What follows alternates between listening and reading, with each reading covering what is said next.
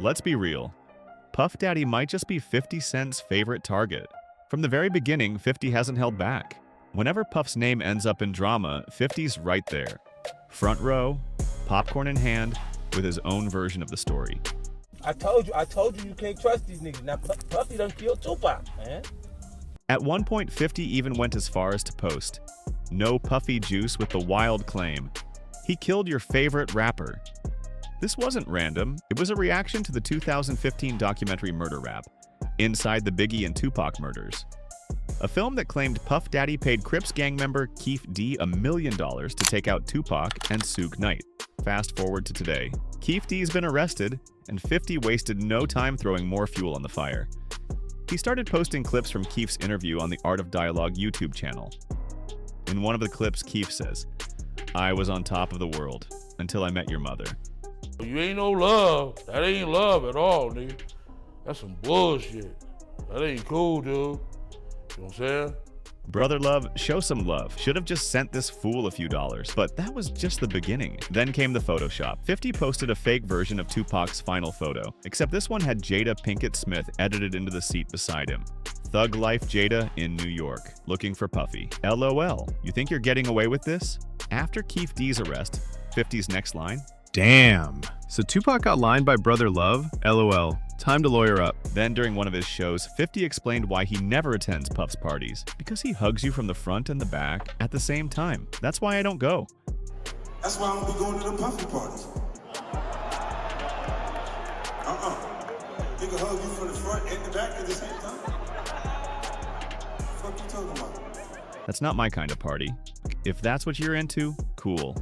He looked out into the crowd and said, "I don't rock with Puff because he got Pac killed." How 50 Cent almost signed with Bad Boy Records, but didn't. Let's take it back to 1999.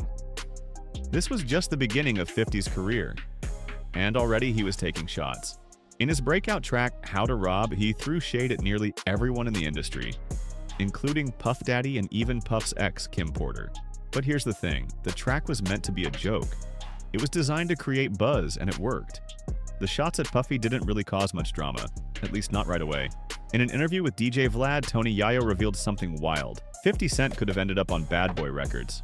Yeah, you heard that right. Tony Yayo said, 50 and G-Unit had a lot of beef, both in the streets and in the industry. And that made Diddy hesitant.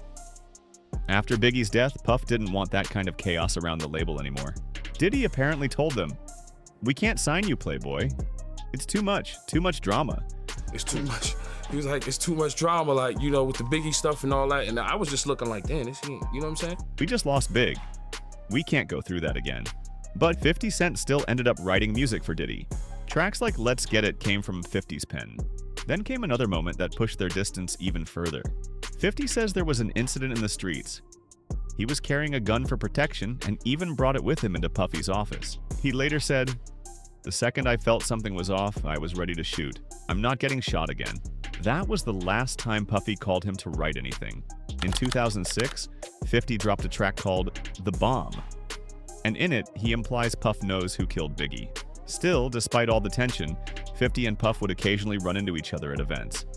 And things were mostly civil. Get your hand out my pocket. I see what you're doing. I see what you're doing on the channel. Get your hand out my pocket. It's one of the most interesting what-ifs in hip-hop. Imagine if 50 Cent had become Bad Boy's next big artist, the beginning of the conflict. It all started back in 2010, when 50 Cent took to Twitter to launch a petition titled, "You're It Big." He wasn't praising, he was calling out Puff Daddy. Sharp Tone 50 said he believed Diddy was profiting off Biggie's legacy, and he didn't hold back. His exact words? "Enough is enough. Biggie's name should never have become Diddy's black card." He added, "When was the last time Diddy really bigged up his brother, and not his bank?" Now, why the sudden heat? Many believe it stemmed from Diddy becoming Rick Ross's manager, someone who already had serious beef with 50. And 50? He doesn't forget. That same year, he went after Puffy's music, calling it trash. Here's the quote, "His music sucks. It's bad. He's not an artist anyway, so it doesn't matter." Then he doubled down. Is he even a rapper? He says he doesn't write rhymes. Well, he writes checks. 50 compared Diddy's lack of authenticity to Rick Ross, saying there's no realness in what they're doing. Now he's a singer. That's Kanye's lane. Kanye makes artistic choices. Puff? He just buys a record and sings. Then came the 2010 BET Awards. After the show, Diddy took the mic, went and dropped what seemed like a subliminal shot aimed directly at 50. Here's what he said. I love my people. Let's stop the hate, man. Congratulate. Haters are for suckers. If you're hating, you're a sucker and you're ashy. You know who I'm talking to. You hating crab. The back and forth didn't end there. By 2012, this Cold War between 50 and Diddy only got deeper. And the shots kept coming. When things escalated, things didn't just stay verbal between 50 Cent and Puff Daddy. At one point, it escalated into a real confrontation.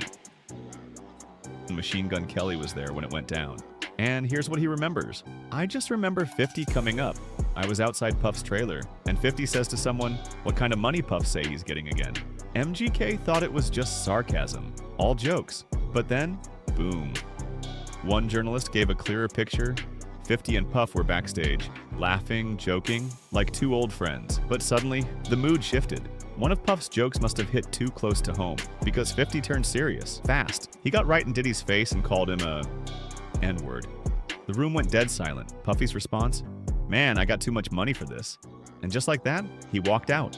Then in 2014, 50 kept the heat alive. He posted a montage on Instagram featuring Steve Stout with his arm around Diddy, and another image of Diddy face-to-face with Rick Ross. His caption? I ain't saying nothing, but something ain't right. LMAO, classic 50. Shift to business rivalry. That same year, the beef spilled into business. The battle? Vodka. It was Effen Vodka repped by 50 versus Cîroc, repped by Diddy. Before the 50's deal with Effen was even public, he was already throwing shots. He posted a photo of Diddy dancing with a larger woman captioned, Damn, 50's right. I'm effing up right now. And yes, he added a link to Effen's Facebook page. The post caught major backlash, and as usual, 50 eventually deleted it. But the shots didn't stop. He once joked about Puff bailing someone out of jail. Kidnapped. He told the nigga he couldn't leave. You know, I just realized I don't like that nigga Puffy. He gonna go bail that fat nigga out. Nah, no more Puffy juice, no more Bel Air. Who the f drinks sparkling wine anyway? The shit is bum. What started as industry tension had now become full-blown warfare on every level. And 50? He never lets up. Stay tuned, because this beef only gets wilder from here. At around the same time, Diddy had a falling out with Drake over the track 0 to 100. Both artists wanted to record it, but Drake did it first. At the time, both Diddy and Drake were staying at the same hotel in Miami. They ended up attending a party at the iconic LIV nightclub. Diddy was in the VIP section. Drake had his own table. Later that night, Diddy approached Drake to talk. That conversation reportedly ended in a fight. I checked my phone and my boy hit me up like, Yo, Diddy just slapped Drake. Why'd you put hands on Drake? So I go to look at my phone, and it's my dude. Like, he's like, boy, you wouldn't believe what happened. I'm like, what? Diddy just slapped Drake. I didn't put hands on Drake, and I don't want any problems with Drake. According to 50 Cent, the whole situation came down to one word: jealousy. Drake made the track a hit. Puff wanted it, but Drake finished it first. 50 believed Diddy wasn't mad as a producer. He was mad as someone who wanted to be seen as an artist. And then you hear Drake's use it, but it wasn't a hit yet until Drake put the lines on it. A year later, in 2015, Diddy wished 50 Cent a happy birthday. Happy birthday, 50 Cent. May God bless you with many more. I just sent you a lifetime supply of Cîroc. Celebrate responsibly. But in 2016, 50 had more to say. In an interview with DJ Enough, he took a shot at Diddy's entire legacy. Diddy's not the guy, he stands next to the guy. He stood next to Biggie, Craig Mack, Mace, The Lox, Lil' Kim. But when have you seen him by himself? He's not an artist. He's a promoter, a businessman, maybe even a producer. But he's not the guy. Then came 2017. 50 Cent mocked a XXL cover featuring Diddy, calling him a fruit biscuit. Man tried to make his eyes look glossy. You don't have hazel eyes unless it's cataracts or something. In 2018 on The Breakfast Club, he was asked about those jabs. I didn't call him gay. I said, sorry, I can no longer help y'all. Soon you'll all be gay and happy. You're now under Puffy's leadership. Report to the nearest Rainbow Room. I don't call him gay. I said Let me read it. Let me read it, Fifth. Oh my God. Sorry I can no longer help you guys. Soon you will all be gay and happy. You are all now left under leadership of Puffy Daddy. Report to the nearest rainbow. Dinner Thieves in theaters January 19th. He then referenced a moment from Drink Champs. Diddy told Fabulous, "Me and you never really partied. We need to party."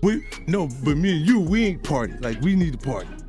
Another time at Chris Lighty's wedding, 50 recalls Diddy saying, "Yo, let me take you shopping." I was like, "Yo, what the hell did you just say?" When Diddy was later asked about it on Revolt, he said, "I just thought 50 needed clothes. I'm a nice guy." Fast forward to 2021.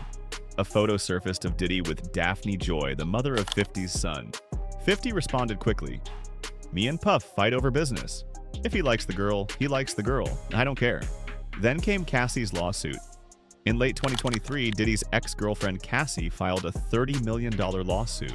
She accused him of rape, sex trafficking, physical abuse, and more.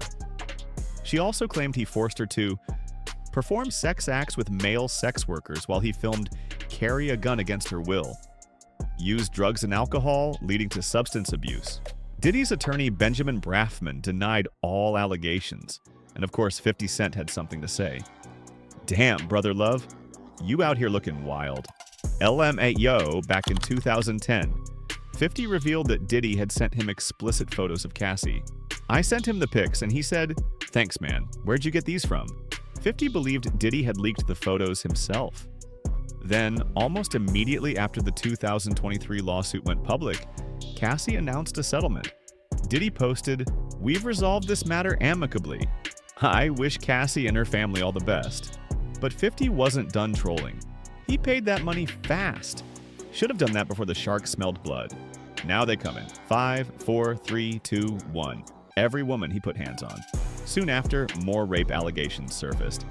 Diddy temporarily stepped down from Revolt, the network he founded. A source told TMZ it was to avoid distracting from Revolt's mission. 50 immediately offered to buy it. "I'll buy that from you, Playboy. Since Cadillac and AT&T pulled out, I'll give you a few dollars for it. Sell it to me, then we can be friends. I'm serious. Call me." He also revealed plans to produce a documentary titled Surviving P Diddy, a direct reference to the Surviving R. Kelly docuseries. This is a movie. Surviving P Diddy, or Did He Do It or Not? Executive produced by Curtis 50 Cent Jackson. And even though 50 believes Diddy will be okay financially, he didn't let up. He's got that FU money. When his partners pull out, he just reaches into his own pocket. You saw how fast he paid Cassie. In December, 50 reposted a hilarious deepfake video from comedian Daniel X. "Worst case scenario, the feds come. You go to jail. Just take the money, Puff." Scenario, like the feds are coming and they, put you in jail. I would take the money. That same day, he posted a clip from Eddie Griffin's stand-up. "Tired of your silly dancing in the videos? Come to death row." You get tired of your silly dancing in your videos? All up on sale block, see you dancing and shit. Come on over to death row, baby. Finally, Diddy broke his silence. "Enough is enough. I've sat back and watched people try to destroy my legacy with lies. I did not do any of these awful things. I will fight for my name, my family, and the truth." The next video you need to check out is all about everything 50 Cent said after Diddy's trial. Trust me, you don't want to miss that. If you like this video, hit that like button. It helps a ton. And don't forget to subscribe for more unfiltered hip-hop history and breaking news. That's it for now. Peace out.